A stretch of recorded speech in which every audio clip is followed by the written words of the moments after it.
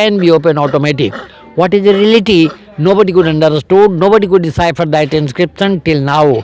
हाकिम बाहरी भाग पर दो लाइन की शिलालिपि है जो आर्कियोलॉजिकल डिपार्टमेंट द्वारा पढ़ा जा चुका है। वो गुप्त ब्राह्मी है। ये स्क्रिप्ट है, ब्राह्मी लैंग्वेज है संस्कृत।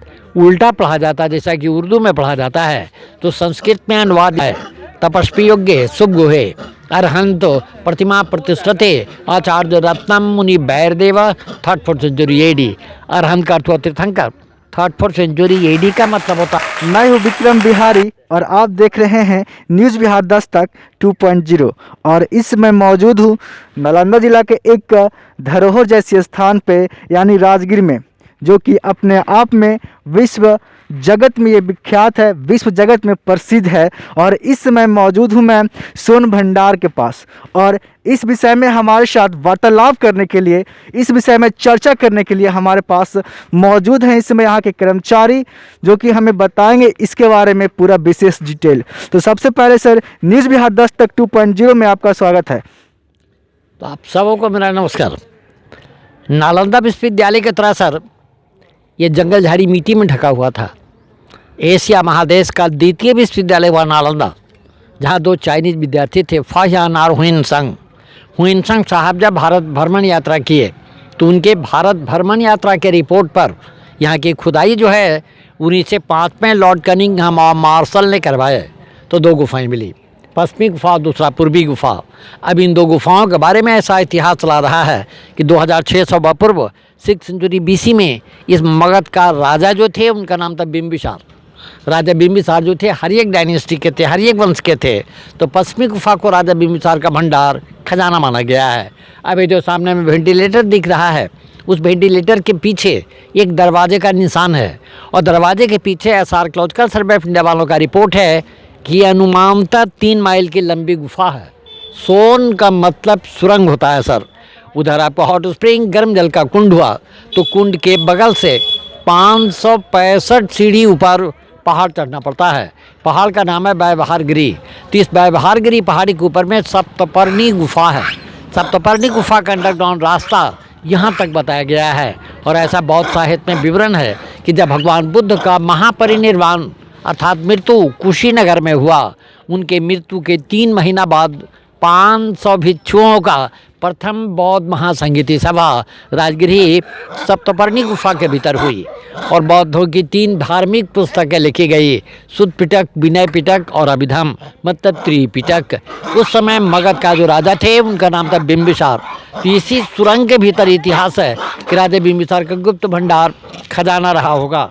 जब ब्रिटिश का समय आया तो राजा बिंबिसार का खजाना समझकर अंग्रेज सरकार सामने वाली जंगला से तोप लगाकर तोड़ना चाहा, लेकिन टूटा नहीं, दरवाजे के ऊपर दाग होकर रह गया।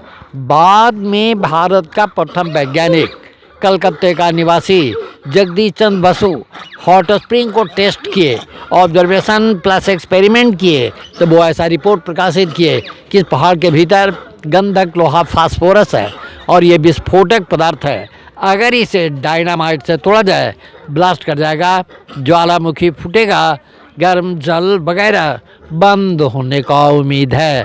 तो इस भय से 1904-5 में लॉर्ड कर्जन जो ब्रिटिश टाइम में गवर्नर थे, वो ऐसा कानून पारित किए कि प्राचीन स्थल को नष्ट नहीं कर सकते हैं। नष्ट करने वाले को कड़ी से कड़ी सजा दी जाएगी। तो मेन दरवाज़ा के सामने भीतर में एक लिपि लिखा हुआ है दीवार पर और ऐसा कहा जाता है कि लिपि जो विद्वान पढ़ेंगे who will read and decorate the door can be open automatic. What is the reality? Nobody could understood. Nobody could decipher that inscription till now. हाकिम बाहरी भाग पर 2 लाइन की शिलालिपि है जो आर्कियोलॉजिकल डिपार्टमेंट द्वारा पढ़ा जा चुका है। वो गुप्त ब्राह्मी है। ये स्क्रिप्ट है, ब्राह्मी लैंग्वेज है संस्कृत। उल्टा पढ़ा जाता है जैसा कि उर्दू में पढ़ा जाता है, तो संस्कृत में अनुवाद इस प्रकार हुआ है।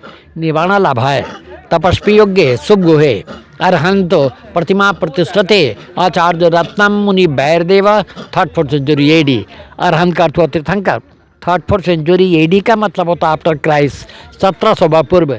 जैन मुनि भैरव देव साधना मुक्ति परिनिर्वाण एवं जैन धर्म प्रचार के उद्देश्य से यहाँ के पत्थरों पर तीर्थंकरों का मूर्ति खुदवाया है। अभी जो पूर्वी गुफा हुआ, ये 2 तल्ले का प्राचीन जैन मंदिर है। दीवार पर कुछ तीर्थंकरों का प्रतिमा है। परम प्रभु अजीतनाथ और भगवान महावीर का मुस्लिम परेड में बख्तियार खिलजी ने नष्ट किया, जिन्होंने 1199 में नालंदा विश्वविद्यालय में आग लगाए। तो यहाँ पर जो पत्थर दिख रहा है ये तो प्राचीन है। ईंट और चूना सुर्खी वगैरह जो मिल रहा है भूकंप के बाद भारत सरकार सुरक्षा हेतु दिया है।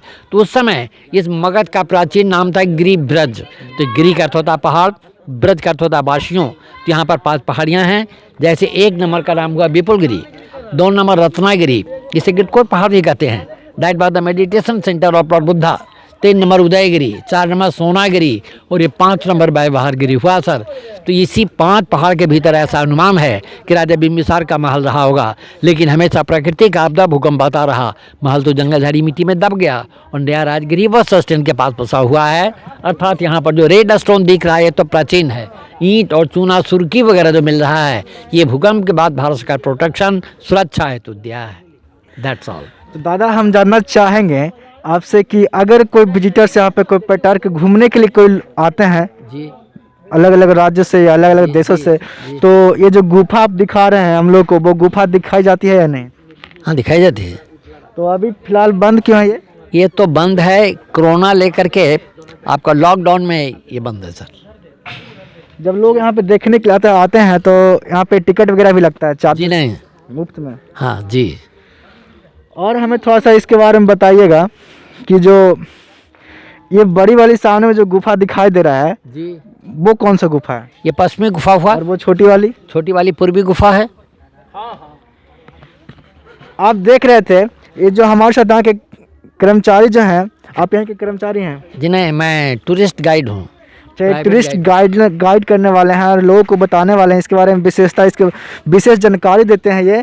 और ये आप देखें इनके जुआ से जो इनका जो विशेष जानकारी था वो हम लोगों को वीडियो के माध्यम से दे रहे हैं। तो सबसे पहले हम आपको शुक्रिया अदा करना चाहेंगे कि आप हमारे दर्शकों को न्यूज़ बिहार दस्तक 2.0 के जितने दर्शक हैं उनको विशेष जानकारी दिए हैं सोन भंडार के बारे में। और मैं आप लोगों से भी रिक्वेस्ट करता हूं कि आप लोग यहाँ पे आइए। कोविड गाइडलाइंस जो अभी है फ़िलहाल 6 फरवरी तक है, इसके बाद ये शायद खुल जाएंगे। तो आप लोग यहाँ पे आइए, घूमिए और इसकी जो रोचक जानकारियाँ हैं इनसे आप आके पर्सनली प्राप्त कर सकते हैं और खुलने के बाद आप इसको देख भी सकते हैं। तो हम ऐसे तमाम वीडियो आपको दिखाते रहेंगे, तो बने रहिए हमारे साथ न्यूज़ बिहार दस्तक 2.0 पे।